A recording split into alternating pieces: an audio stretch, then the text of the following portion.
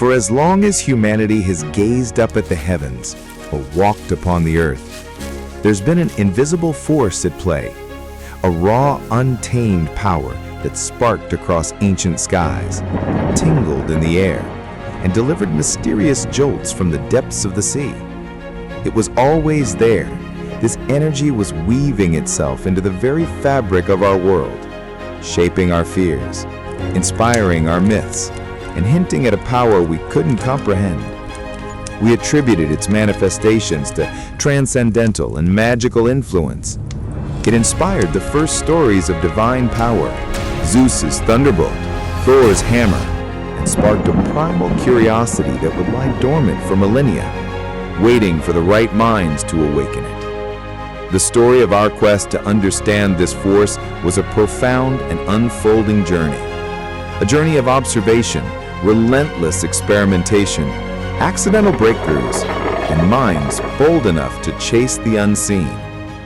It's the story of humanity slowly, painstakingly, pulling back the veil on a natural wonder that was always within reach, yet always just beyond understanding. A journey from divine awe to scientific mastery. How do we harness this elusive force? What were the pivotal moments, the forgotten experiments, and the incredible figures who transformed a cosmic mystery into the very lifeblood of our modern world? Get ready to embark on a journey that reveals how the invisible became indispensable: electricity.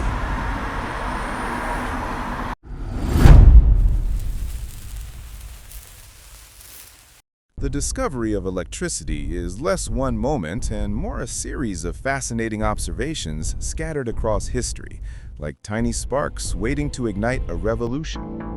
Our journey begins not with a blinding flash, but with a humble rock and some fur. Around 600 BC, the Greek philosopher Thales of Miletus made a profound, though misunderstood, observation. He noted that rubbing amber, the Greek word is electron, with fur or cloth caused it to attract lightweight materials like feathers or dust. His conclusion? The materials possessed a soul. It's a beautifully poetic, yet scientifically incorrect lack of understanding. What he was observing, of course, was static electricity. For nearly 2,000 years, this amber trick remained mostly a parlor game. Then, in the early 18th century, things began to electrify. Enter Francis Hawksby the Elder, around 1705. He devised the frictional electricity machine. This machine, spun rapidly by hand while being rubbed, could produce a bright blue light, the first spectacular, controllable display of static charge. His work inspired Stephen Gray, who used an elongated Hawksby generator to experiment with passing charges through different materials. Gray's key breakthrough? He discovered that some materials, like metal wires, allow the electric virtue to flow freely, conductors, while others, like silk thread, block it, insulators. At this point, electricity was primarily a magical performance. Groups called electricians were essentially showmen. They stunned the nobility with tricks, the glowing glass globe, the famous electric kiss, or even charging a suspended schoolboy so he could attract objects with his touch. It was captivating, but the charge was weak and, critically, it couldn't be stored. If you can't store a force, you can't study it effectively. The next breakthrough was a shocking accident that changed everything. Around 1746 in the Netherlands, Professor Peter van Wissenbroek sought a way to contain this electric fire. After several failed attempts, he accidentally created the Leyden jar. The device was simple: a glass jar, a wire, and water. While charging it from a generator, he mistakenly held the jar in his hand, then touched the wire tip and received a powerful shock. He famously wrote that he wouldn't repeat the experiment for the Kingdom of France. With the Leyden jar, scientists could finally hold on to electricity. The mystery deepened. Why did the jar work? Enter Benjamin Franklin, a man whose curiosity was as vast as the Atlantic Ocean. His famous and incredibly dangerous experiment of flying a kite in a storm wasn't just about catching lightning. It was an attempt to prove that atmospheric electricity, lightning, was the same thing as the static electricity in the jar. Franklin succeeded. He then provided a profound answer to the Leyden jar mystery, the one fluid theory. He postulated that electricity was a single, invisible fluid. Objects with more than their normal share of this fluid he called positive charge, and those with a deficit he called negative charge. This simple, business-like concept, a flow of positive to balance the negative, like credit and debit, gave us the terms we still use today. Critically, he got the direction of current flow wrong. We know now it's usually electrons moving, but his terminology stuck. But electricity wasn't just in rocks in the sky. It seemed to be in us. The concept of animal electricity took hold, the belief that a fluid flowed from the brain to the muscles. This was largely inspired by the use of electric shocks in early medical treatments. Luigi Galvani was a chief proponent, demonstrating that applying a spark to a dissected frog's leg made the muscles twitch. He argued the electricity was intrinsic to the animal. But his rival, Alessandro Volta, was skeptical. Volta argued the twitching wasn't animal electricity. It was simply a reaction to the external electricity generated by the contact between the two different metals, the surgical tools, and the moist tissue. To prove Galvani wrong, Volta needed a source of continuous, reliable electricity. Inspired by the structure of the electric organs in a torpedo fish, Volta stacked layers of zinc and copper, separated by brine-soaked cardboard. He created the voltaic pile, the world's first true battery, and the first source of continuous electric current. This wasn't just a party trick, it was a revolution. Continuous current could be used to separate chemical elements, giving rise to modern electrochemistry and laying the groundwork for chemistry and physics as we know them. Pile was revolutionary, but it was limited. Imagine having to stack thousands of metal discs just to power a small town. We needed a way to produce massive amounts of power economically.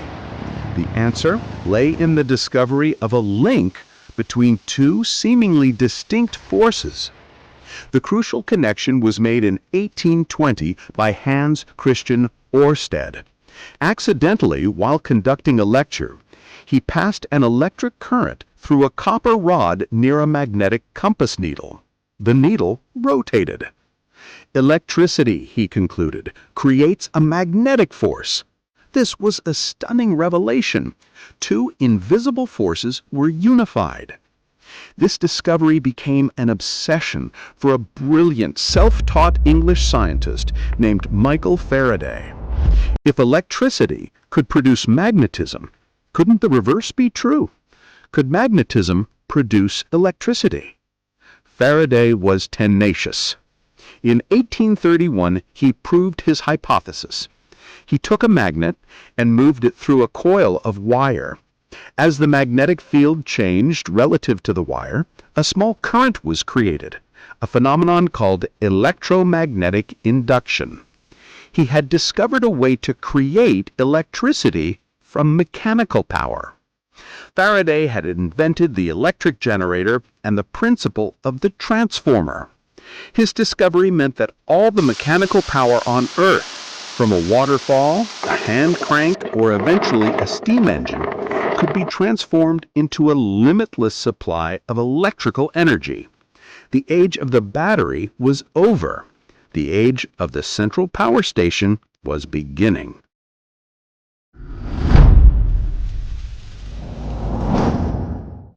For all of human history, night meant burning things, wood, candles, or pumping highly flammable gas into our homes for light. The generator promised electric light, a safer, cleaner alternative. But developing a practical light source was its own monumental challenge. The very first electric light was the arc light, created by Humphrey Davy when he connected thousands of voltaic piles. It was dazzlingly bright, but massive and too intense for indoor use. The solution had to be the incandescent bulb. Many great minds chased this dream, but the one who best understood the system required to make it practical was Thomas Edison. He and his famous Menlo Park team didn't invent the light bulb out of thin air. Men like Joseph Swan in England had already made important strides. Edison's genius was in refining the design, developing a durable filament, the part that glows when current flows through it, and creating the necessary vacuum inside the glass bulb. The incandescent light bulb works by passing current through that high-resistance filament. As the flow is restricted, the filament heats up so intensely it glows bright white. This innovation, the first widespread, safe, and easily used electrical application, made the use of electricity indispensable for every home. But now, we face the final hurdle, getting that power to the homes.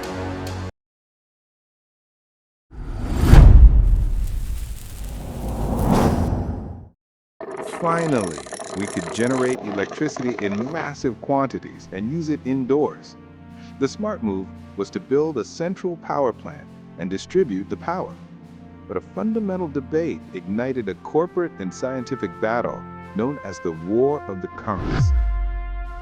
Thomas Edison's initial power stations generated direct current, DC. His system was centered on safety and simplicity, with wires buried beneath the streets. The problem, DC couldn't travel very far, only about a mile, without significant power loss, necessitating expensive power plants on virtually every corner. Nikola Tesla, a brilliant and visionary engineer, argued for alternating current, AC. AC could use a transformer, building on Faraday's principles, to easily raise its voltage for long-distance transmission, and then lower it safely for home use. A single power plant could service an entire city. Edison, whose reputation and fortune were tied to DC, waged a vicious propaganda campaign against AC, highlighting its dangers. He and his allies staged shocking public shows, electrocuting animals, to prove how deadly AC was. Ironically, this campaign led to the adoption of AC for the electric chair, a clear message that AC was lethal. Tesla, backed by industrialist George Westinghouse, eventually won. The crucial moment was the successful lighting of the Chicago World's Fair in 1893 and the harnessing of the immense power of Niagara Falls for AC generation. Tesla's AC system proved superior in every practical sense. It is the system we use today, allowing power stations to be situated hundreds of miles away from residential areas. The triumph of AC made widespread electrification possible, transforming societies globally and ushering in the modern era.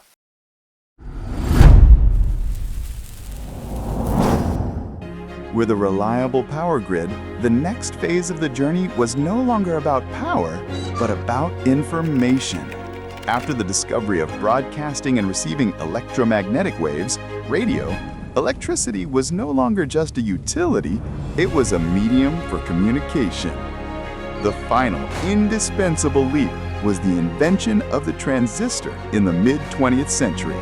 By replacing large, hot, energy-draining vacuum tubes with tiny, efficient semiconductors, we could now control the flow of electricity to represent data. This was the birth of electronics, the brain of our modern world. From a static spark on a piece of amber to the microscopic circuits running the device you're watching this on, the story of electricity is the story of human ingenuity. It's a journey from divine awe to scientific mastery, where the invisible force that once terrified and mystified us now powers nearly every aspect of our lives. What started as a simple attraction between fur and stone is now the lifeblood of our civilization.